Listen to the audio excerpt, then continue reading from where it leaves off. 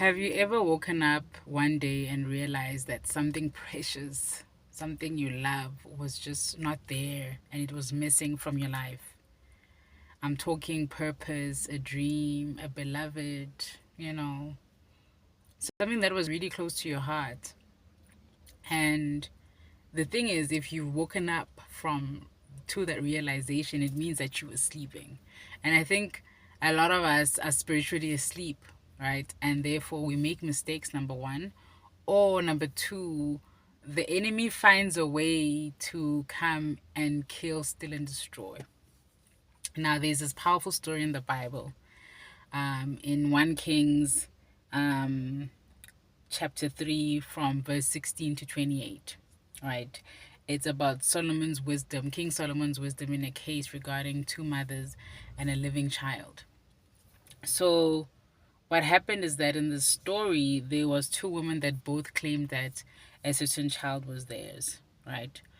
So one of the mothers was sleeping one night and accidentally suffocated, smothered her child. And what she did is she took that child and she swapped it with another woman's living child. So now the woman now wakes up in the morning, the other woman, and realizes that her child isn't her child, and also this child is dead. And so now she calls out to God and she goes to King Solomon to plead her case that this woman swapped my child.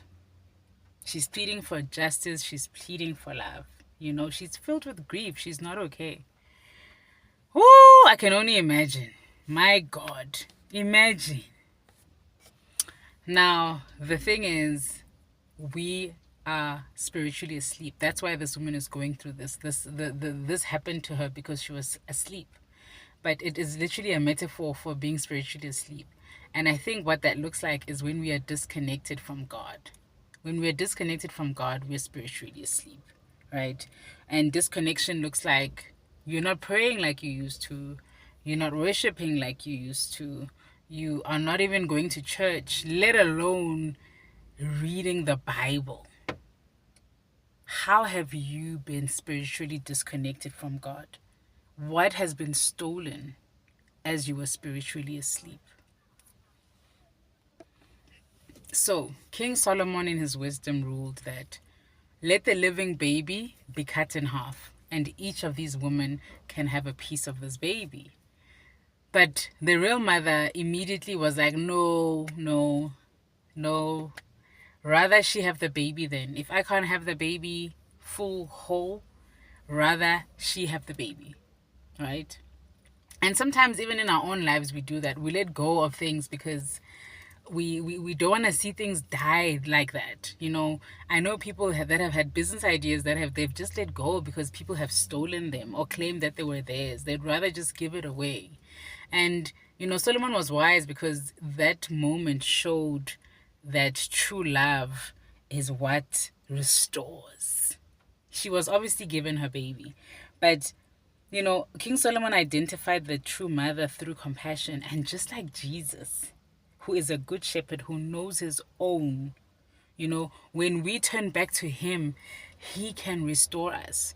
Restoration is possible for all of the things that we have lost, especially through true love.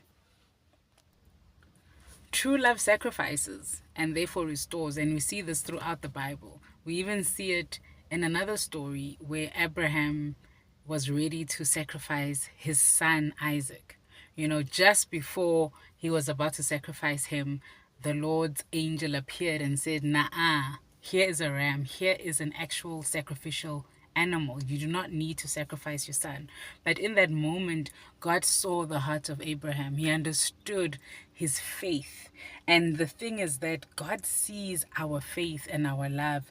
And when we surrender our most precious things to him, our most valuable things to him, he restores them in a way that glorifies him. Another example of God's restoration is in the story of the prodigal son. In Luke chapter 15, Jesus tells us the story of how the prodigal son lost his whole inheritance to He wasted it, rather. He didn't lose it, he wasted it. And he returned home only to be restored. He thought he would be a slave when he got home, but he got restored. And it shows that God is a God of restoration. No matter what has been lost, whether through our own mistakes, it could have been our purpose, our gifts, our jobs, even our children. We can lose so much, even through the enemy's attack. But God is ready to restore us only if we call on to Him and we return to Him. Amen.